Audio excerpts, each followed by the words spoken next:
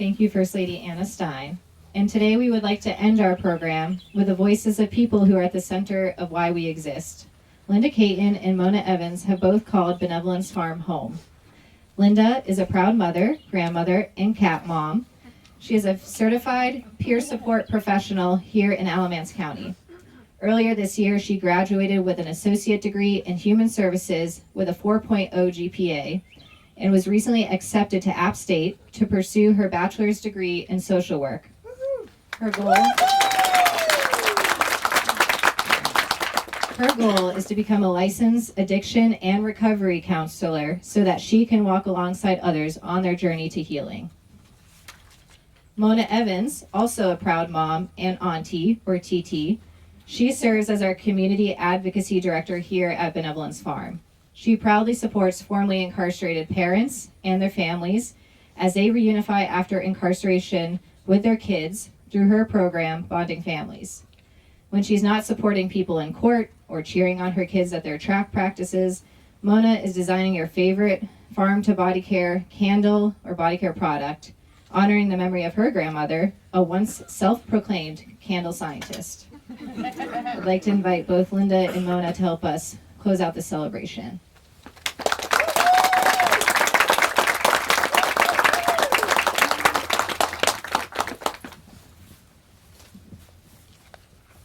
Hello, everyone. Thank you all for being here. My name is Mona Evans. I am the Community Advocacy Director and former resident of Benevolence Farm.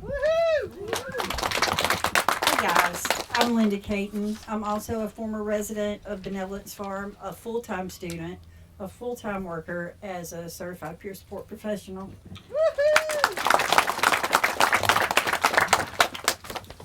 Today isn't just about a groundbreaking. It's a moment we've been waiting for and looking forward to for a long time. This tiny home community at Benevolence Farm represents something that is personal to us. The chance for people who've been incarcerated to finally have options and to finally have a space that is truly their own. When you come home after incarceration, folks expect you to jump right back into life, but they don't understand that you're starting from scratch. As I was planning to leave prison, I couldn't return home to my family that lived in Michigan. I had to stay here in a state that was not familiar with me. I had no family here and I had no home plan here in North Carolina.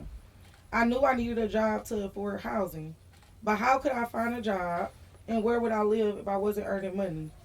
Even if I found work, most landlords wanted to see several months of income before they even considered my application.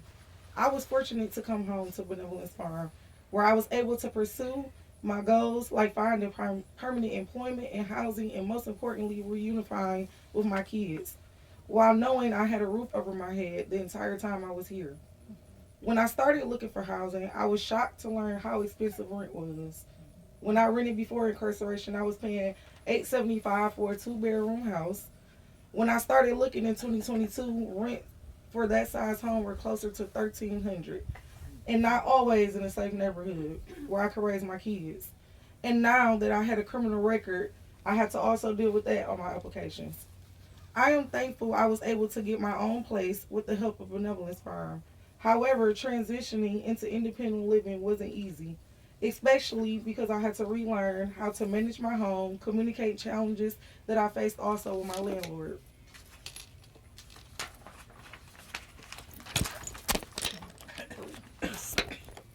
And that's just my story. And for so many others, the stakes was even higher. I'm knocking over all the things. Guaranteed housing upon release from prison can also mean the difference between going back to the lifestyle that led you to your incarceration to begin with. As someone who was in active addiction and living in the streets prior to my incarceration, having a program like Benevolence helped me turn my life around, and any way more than prison ever could have. So many people who are trying to reintegrate back into society post-release don't have a safe and nurturing space to heal and grow. These tiny homes provide the opportunity so people don't return to the situations that led to their incarceration.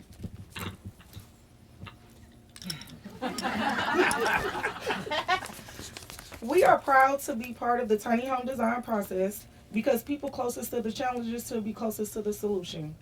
Every choice we made was about reclaiming what prison took from us: choice and dignity.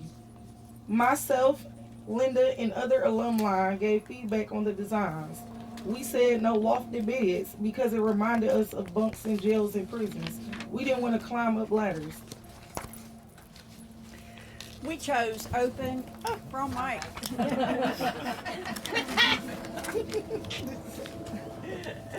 That's how we roll. We chose open and airy spaces, contrary to the claustrophobic experience of solitary confinement in cells. We dreamed up lots of windows that can see outside at any time.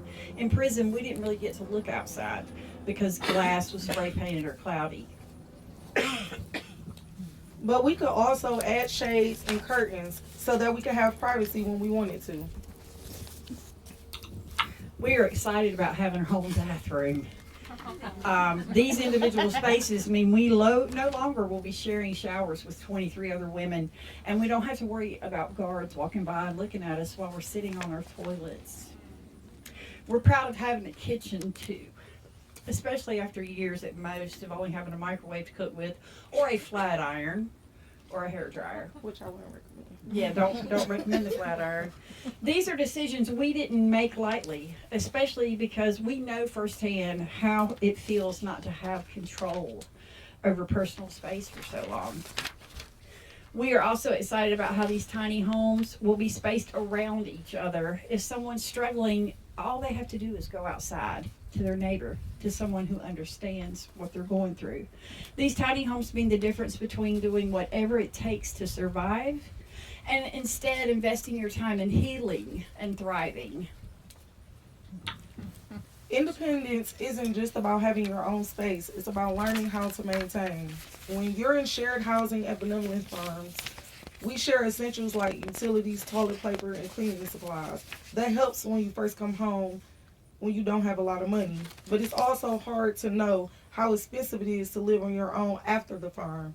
These tiny homes will provide a space to practice budgeting day to day, while knowing we have very affordable rent and people who can help us when we're struggling. The future residents of these homes get to build healthy habits, routines, build up their maintenance skills, all the essentials of renting or owning your own home.